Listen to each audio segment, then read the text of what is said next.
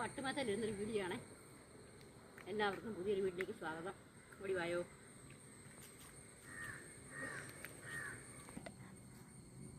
അപ്പോൾ എല്ലാവർക്കും നല്ലൊരു വിഷു ആശംസിക്കുന്നു. ഈ വർഷത്തെ എല്ലാവരും വിഷു ആഘോഷമൊക്കെ നടത്തിയെന്ന് വിചാരിക്കുന്നു. ഒന്നും പറയണ്ട കിട്ടും. രാവിലെ 75% ഫോണിൽ ചാർജാക്കി വെച്ച വീഡിയോ ഇടാൻ വേണ്ടിയിട്ട് രാവിലെ ഇപ്പോൾ ഇവിടെ ഒരു പാട്ടുഭ്രാന്തനുണ്ട്. ആ പാട്ടുഭ്രാന്തന് പാട്ട് കേൾക്കണം. അപ്പോൾ രാവിലെ എൻ്റെ ഫോണും എടുത്തുകൊണ്ട് പോയി അത് കുറേ ഒരു 3-4 പെട്ടിയുണ്ട്. ചെറുതും വലുതുമായിട്ട് 3-4 പെട്ടി അറിയാവില്ല ബോക്സ് അതുകൊണ്ട് കൂടെ സ്ഥാപിച്ച് വെച്ച് രാവിലെ പാട്ട് ഒരു 11 മണിയായപ്പോൾ ഞാൻ ചെന്ന് ഫോൺ ചോദിച്ചപ്പോഴത്തേക്കിന് അന്നേരം ഏത് പാട്ടാണ് പറയുക കേൾക്കുന്നത്? പാട്ടായിരുന്നത് നിന്റെ ദുഃഖാദ്രമാം മൂകാശ്രുതാരയിൽ എൻ്റെ സ്വപ്നങ്ങളലിഞ്ഞു.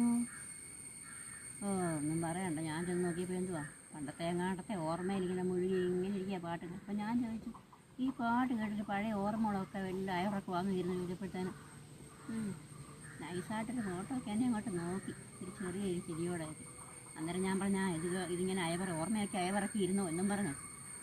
വിഷുവൊക്കെ അല്ലേ എന്നാൽ ഒരു ഉമ്മ കൊടുത്തേക്കാൻ ഒരു ചെറിയൊരു ഉമ്മ ഇരുന്നോട്ട്. പുള്ളി അവിടെ ഇങ്ങനെ ഇരുന്നോട്ടെ, പാട്ടും കേട്ട് പുള്ളി ഇരുന്നോട്ടെ. എന്നാൽ കുറേ നേരം കൂടെ പാട്ട് കേട്ട് ഇങ്ങനെ ഇരിക്കട്ടെന്ന് വിചാരിച്ചു. 1 മണിയായിട്ടും ചോറിനാനും ഒന്നും വരുന്നില്ല, ഒന്നും കഴിക്കാനും വരുന്നില്ല.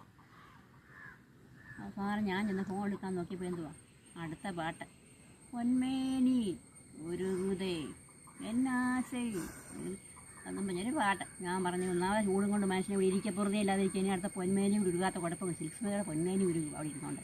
ഒന്നും നോക്കാൻ പോയില്ല, ഫോണിൽ തട്ടിപ്പറിച്ച് കൊണ്ടുപോയിരുന്നു. അതുപോലെ പാട്ട് അവിടെ നിർത്തി. പിന്നെ ഈ വർഷമുള്ളൊരു ഭയങ്കര പരിപാടിയാണേ കൊന്ന കാണിച്ചത്. ഒരൊറ്റ കൊന്നപ്പൂ ഇല്ലായിരുന്നു എനിക്ക് കണി വെക്കാനായിട്ട്. എൻ്റെ കൊന്നയാണ്ട് ഉണങ്ങി താണ്ടോ നിൽക്കുന്നു. പിന്നെ വേറൊരു കൊന്നയുണ്ട്, അതിലൊറ്റ പൂ പോലും ഇല്ല.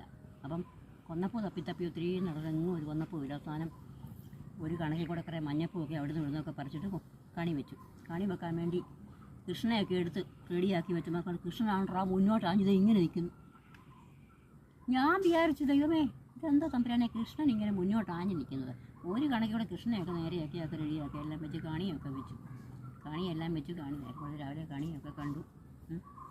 അപ്പം കൃഷ്ണൻ തന്നെ ശ്രമിച്ചോളുമല്ലോ. കൃഷ്ണ എല്ലാം നോക്കുന്ന കൃഷ്ണനല്ലേ. ആ കൃഷ്ണൻ കാര്യങ്ങളൊക്കെ നോക്കിക്കോളും. അപ്പോൾ പച്ചക്കറിക്കാരൻ വന്നപ്പോൾ പച്ചക്കറിക്കാരനൊരു തമിഴൻ പയ്യനാണ്. നമ്മൾ സ്ഥിരം പച്ചക്കറി വാങ്ങിക്കുന്നത്.